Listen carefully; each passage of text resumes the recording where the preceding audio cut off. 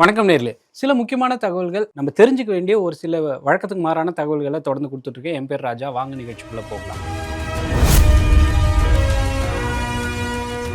இந்த L Niño அப்படிங்கிற பாதிப்பு பத்தி முதல்ல பேசிடலாம். எல் நீனோ அப்படிங்கிற பாதிப்பு நம்ம கண்கூட பார்க்க ஆரம்பிச்சிருக்கிறோம். இந்த சேனல்ல ஆரம்பத்துல இருந்து இந்த எல் நீனோ பத்தின நிறைய சின்ன சின்ன அப்டேட்டா இருந்தாலும் தொடர்ந்து கொடுத்துட்டு இருக்கோம். அந்த வகையில இந்த எல் நீனோவுடைய பாதிப்பு பெருசா ஏற்படுத்த தொடங்கி இருக்கு அப்படிங்கிறத நம்ம புரிஞ்சுக்கலாம். ஏற்கனவே நீங்க யூரோப்பியன் கண்ட்ரீஸ்ல நீங்க பார்த்திருக்கலாம். 40-41 டிகிரிக்கே வெயில் தாங்காம ரோட்ல தார்லாம் உருகி போனதெல்லாம் நம்ம பார்த்திருக்கோம். சரி, இப்போ இதுல இந்தியாவுக்கும் தமிழ்நாட்டுக்கும் என்ன புது அப்டேட் இருக்கு அப்படிங்கிறது தான் முதல் தகவல். அது என்ன அப்படின்னு பாத்தீங்கன்னா, இந்தியாவில் இப்போதைக்கு கடுமையான மழை பெஞ்சிட்டு இருக்க வேண்டிய டைம். ஆனா ஒரு சில இடங்கள்ல இது வரைக்கும் மழையே பெய்யல அப்படிங்கறத நம்ம புரிஞ்சுக்கணும். இதனுடைய அடுத்த கட்டமா என்ன சொல்றாங்க அப்படின்னா, ஜனவரி மாசத்துல தமிழ்நாட்டுக்கு ஒரு பெரிய சிக்கல் வரப்போகுது அப்படிங்கிற மாதிரியான ஒரு தகவலும் இருக்கு. ஜூலை வரைக்குமே சம்மர் இருக்கிற மாதிரி ஒரு ஃபீல் இருக்கு அப்படிங்கிற நிலைமையில அடுத்த வருஷம் ஜனவரியில இந்த சம்மர் வந்து ஏப்ரல் மாசத்துல ஆரம்பிக்க வேண்டிய சம்மர் ஜனவரியிலேயே தொடங்கிடும். 2027 ஜனவரியிலேயே பயங்கரமான வெயில் அடிக்கும் அப்படிங்கிற மாதிரி ஒரு புது அறிவிப்பை வானிலை ஆய்வாளர்கள் சொல்லியிருக்காங்க. இதை வந்து சயின்டிஸ்ட் வி.ஆர். துரை அப்படிங்கிற இந்த அட்மாஸ்பியரிக் சயின்டிஸ்ட்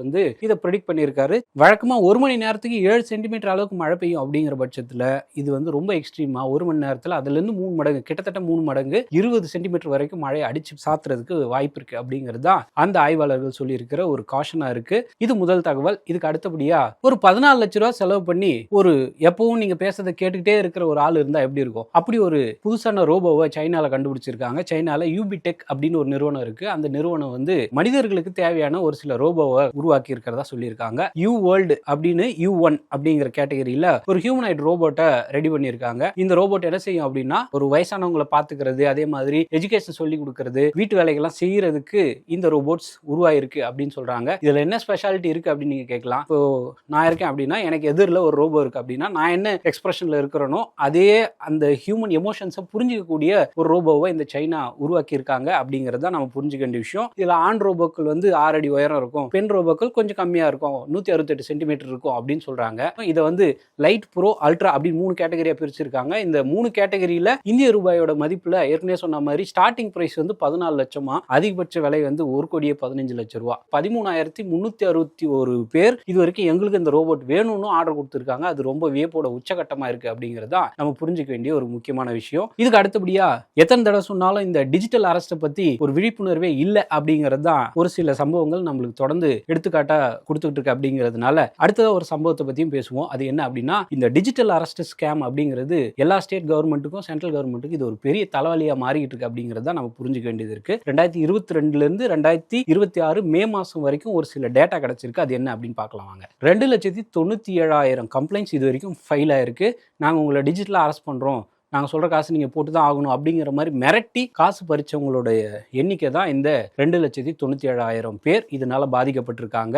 இதில் அவங்க இழந்த பணத்தோடைய மதிப்பு என்ன அப்படின்னு பார்த்தீங்கன்னா 4,057 கோடி ரூபாய் இது வரைக்கும் இழந்திருக்கிறதா அரசுடைய புள்ளி விவரம் சொல்லுது. இதில் ஸ்பெசிஃபிக்காக அவங்க சொல்றது என்ன அப்படின்னா, 2022 39,000 பேர் தான் இதனால பாதிக்கப்பட்டிருக்காங்க. 2024 தான் இந்த கும்பல் வந்து பயங்கரமா தங்களுடைய வேலையை செஞ்சிருக்காங்க. 1,23,000 கம்ப்ளைண்ட்ஸ் ஃபைல் ஆயிருக்கு அப்படிங்கிறது நம்ம புரிஞ்சுக்கலாம். இந்த வருஷத்துல மட்டும் புதுசா 15,215 கம்ப்ளைண்ட்ஸ் ஃபைல் ஆயிருக்கு. 481 கோடி ரூபாய் இது வரைக்கும் இழந்திருக்காங்க அப்படிங்கறத நம்ம புரிஞ்சுக்கணும். சிபிஐ, இடி, அப்புறம் வந்து இந்த ரிசர்வ் பேங்க்ல இருந்து பேசுறோம், இப்படியெல்லாம் சொல்லி தான் இந்த கும்பல் வந்து ஆட்டையை போடுறாங்க, உங்களை அரெஸ்ட் பண்றாங்க அப்படின்னு சொல்லி பணத்தை பறிக்கிறாங்க அப்படிங்கறத புரிஞ்சுக்கணும். இதுல வயசானவங்க தான் முக்கியமான டார்கெட் அப்படிங்கறத நம்ம எல்லாரும் கொஞ்சம் அவேரா இருக்க வேண்டிய ஒரு விஷயம். இப்படிதான் டெல்லியில ஒரு டாக்டர் தம்பதி கிட்ட வீடியோ கால்ல பேசி 14,84 லட்சம் ரூபாவை ஏமாத்திருக்காங்க அப்படிங்கறத நம்ம புரிஞ்சுக்கணும். இந்த கும்பல் ஆக்சுவலா எங்க இருந்தா ஒர்க் பண்றாங்க அப்படின்னு பார்த்தீங்கன்னா, கம்போடியா, மியான்மர், லாவோஸ் இந்த மாதிரியான இடங்கள்ல ஒரு ஆர்கனைஸ்டு ஸ்கேம் சென்டர்ஸாவே ஒர்க் பண்றாங்க அப்படிங்கிறது தான் நம்ம புரிஞ்சுக்கணும். இதுல போலீஸ் பர்டிகுலரா சொல்ற விஷயம் என்ன அப்படின்னா,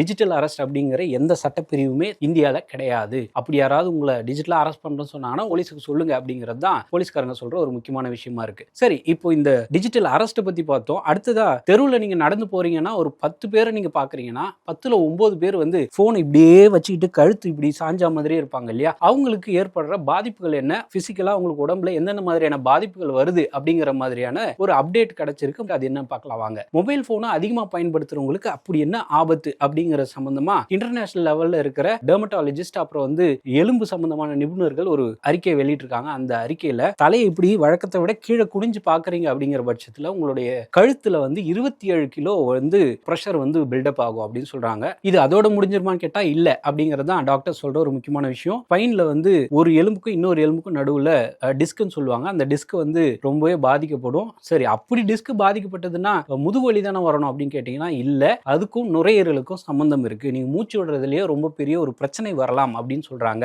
இதுக்கு பேர் அவங்க வச்சிருக்கிறது டெக் நெக் அப்படிங்கிற பேர் அவங்க வச்சிருக்காங்க. இது மட்டும் கிடையாது, போன் நீங்க அதிகமா யூஸ் பண்றீங்க அப்படிங்கிற பட்சத்துல உங்களுடைய ஸ்கின்னே ரொம்ப ஒரு மாதிரி இரிட்டேட் ஆகும். அது மட்டும் இல்லாம கழுத்து பகுதியில ரொம்ப நேரமா இப்படியே சாஞ்சிருக்கீங்க அப்படின்னா இந்த பகுதியெல்லாம் ஒரு சுருக்கம் ஏற்படுறதுக்கு வாய்ப்பு இருக்கு அப்படின்னு சொல்றாங்க. இது மட்டும் கிடையாதுங்க, கிட்ட பார்வை அப்படின்னு சொல்லுவாங்க இல்லையா, அந்த கிட்ட பார்வை உலகம் ஃபுல்லா ஒரு பெரிய வேகமா வளர்ந்துகிட்டு இருக்கு. இது மட்டும் கிடையாதுங்க, கண்களை பாதுகாக்கிறதுக்கு கண்டிப்பா ஒரு அவுட்டோர் ஒரு வாக் நடக்கணும் அப்படிங்கிறது தான் டாக்டர் சொல்றாங்க. இந்த தகவல்களுக்கு அடுத்தபடியா ஆர்டிக் கிரவுண்ட் ஸ்குரில் அப்படின்னு சொல்றாங்க. அப்படி ஒரு அணில் வகை இருக்கு. இந்த அணில் வகைக்கும் மனிதர்களுக்கும் என்ன தொடர்பு அப்படின்னு ஒரு ஆராய்ச்சி நடந்திருக்கு. அதுல என்ன சொல்றாங்க அப்படின்னா, இந்த குறிப்பிட்ட அணில்கள் 8 மாசம் வரைக்கும் தூங்குமாமா. ரொம்ப சோம்பேறித்தனமா இருக்கும் பாக்குறதுக்கு, ஆனா அது ரொம்ப நாள் உயிர் வாழும் அப்படிங்கிற மாதிரியான தகவலை சொல்றாங்க. சரி, இந்த அணில்கள் ரொம்ப காலமா எப்படித்தான் தூங்குது, அதுக்கு பசிக்கலாம் செய்யாதா, இந்த மாதிரியான குதர்க்கமான கேள்விகள்லாம் டாக்டர்ஸ் யோசிச்சு பார்த்திருக்காங்க. இதை எப்படி மனிதர்கள் கூட இது ரிலேட்டடா எப்படி மனிதர்களை ரிலேட் பண்ணிக்கலாம் அப்படிங்கிற மாதிரியான மருத்துவ ஆராய்ச்சியும் ஒன்று பண்ணியிருக்காங்க. அதுல என்ன சொல்றாங்க அப்படின்னா, இதயத்துடைய துடிக்கிற விகிதத்தை இந்த அணில்கள் கண்ட்ரோல் பண்ண ட்ரை பண்ணுது. அது இயற்கையாவே ரொம்ப ஹார்ட் வேகமா துடிச்சதுனா தானே உங்களுக்கு அதிகமான ரத்தம் தேவை, அதிகமா எனர்ஜி தேவை. இந்த வகை அணில்கள் தூங்க போகும்போது அதனுடைய உடம்புல என்ன மாற்றங்கள் நடக்குது, அதை வச்சு மனிதர்களுக்கு எப்படி இந்த ஹார்ட் அட்டாக் எல்லாம் எப்படி குறைக்க முடியும் அப்படிங்கிறதையும், அதே போல நம்ம ஏற்கனவே சொன்ன மாதிரி இந்த அணில்களுக்கு பசிக்காதா, இப்படியே ஒரு 8 மாசம் கண்டினியூஸா தூங்குது அப்படிங்கிற பட்சத்துல அது உடல் எடை அதிகமாக்காமலும் அதே நேரத்தில் பசிக்காமலும் எப்படி இந்த விலங்குகளுக்கு இருக்கு அப்படிங்கிற செக் பண்றதுக்காக இதனுடைய ரசாயன மாற்றங்கள் அதனுடைய மூளையில என்னென்ன நடக்குதோ அதை எடுத்து எலிகள், மனிதர்களுக்கும் எலிகளுக்கும் ஒரு நேரடி தொடர்பு இருக்கு அப்படிங்கிறதுனால அணில்களுடைய மூளையில ஜெனரேட் ஆகிற அந்த திரவங்களை எடுத்து எலிகளுக்கு செக் பண்ணி பார்த்திருக்காங்க. உண்மையிலேயே அது ஒர்க் அவுட் ஆகுது. 38 டிகிரியா இருந்த அந்த வெப்பம், உடம்புடைய வெப்பம் இந்த அணிலுடைய என்சைம் எடுத்து போட்டதுனால 28 டிகிரியா குறைஞ்சிருச்சு. அதாவது 10 டிகிரி கம்ப்ளீட்டா குறைஞ்சிருக்கு. உண்மையிலே இது ரொம்ப வரவேற்கத்தக்க ஒரு விஷயம். இது மட்டும் கிடையாது, இந்த அணில்கள் எப்படி சாப்பிடாம இருக்குது அந்த ப்ராசஸை எடுத்து மனிதர்கள் ஆல்ரெடி உடல் பருமனா இருக்காங்க அப்படின்னா அந்த உடல் பருமனை எப்படி குறைக்கிறது அப்படிங்கிறதையும் இந்த அணிலை வச்சே பண்றாங்க அப்படிங்கறத நம்ம புரிஞ்சுக்க வேண்டிய ஒரு விஷயம். ஒரு படத்துல உங்களுக்குலாம் ஒரு பிரச்சனைனா ஒரு கவுன்சிலர் கிட்ட நிக்கிறீங்க, இந்த கவுன்சிலருக்கே ஒரு பிரச்சனைனா நான் எங்க போறது அப்படின்னு ஒரு காமெடி சீன் இருக்கும் இல்லையா, அதே மாதிரியான ஒரு செய்தி உலக அளவுல நடந்திருக்கு. அது என்ன பார்க்கலாம் வாங்க. பெகாசஸ் அப்படிங்கிற பேர்ல ஒரு உளவு சாஃப்ட்வேர் இருக்கு. இந்த பெகாசஸ் உலக அளவுல ஒரு பெரிய சர்ச்சைக்குள்ளான ஒரு சாஃப்ட்வேர். நீங்க ஒரு போன்ல ஏதோ ஒரு விஷயத்தை பார்த்துக்கிட்டு இருக்கீங்க அப்படிங்கிற பட்சத்துல உங்களுக்கே தெரியாம நீங்க என்ன பாக்குறீங்கன்றதை இன்னொருத்தர் மானிட்டர் பண்ணலாம் அப்படிங்கிறது தான் இந்த பெகாசஸ் உடைய ஒரு முக்கியமான விஷயம். இது இந்திய அளவுல கொஞ்சம் வருஷத்துக்கு முன்னாடி அரசியல் ரீதியா பார்லிமெண்ட் வரைக்கும் போன ஒரு மிகப்பெரிய சர்ச்சையான விஷயம். இந்த பெகாசஸ் வைரஸை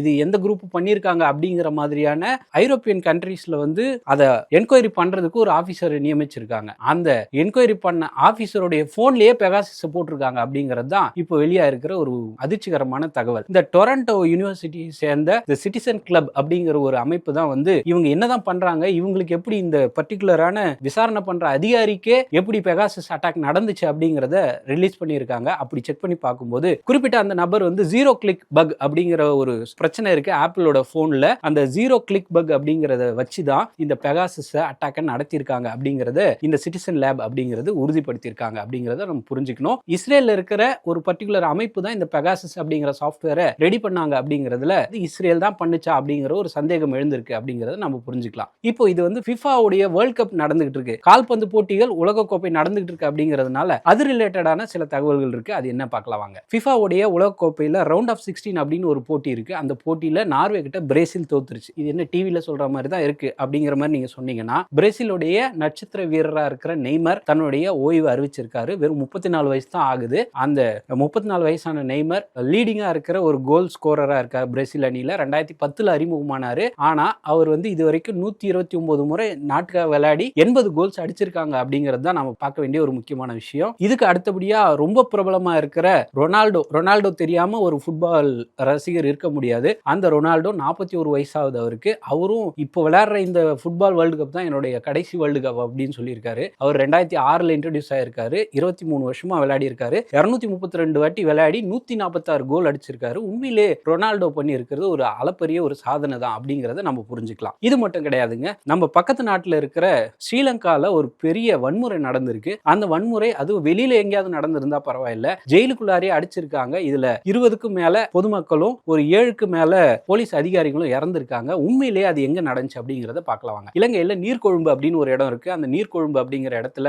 ஒரு சிறைச்சாலை இருக்கு. அந்த சிறைச்சாலையில 2 கும்பலுக்கு இடையில சண்டை நடந்திருக்குது. கையில என்ன ஆயுதங்கள் கிடைக்குதோ அதை எடுத்து ஒரு தரப்பு இன்னொரு தரப்பு மேல அடிச்சுக்கிறாங்க. இப்படி அடிச்சுக்கிட்டதுல 20 பேர் 20 சிறை கைதிகள் இறந்திருக்காங்க.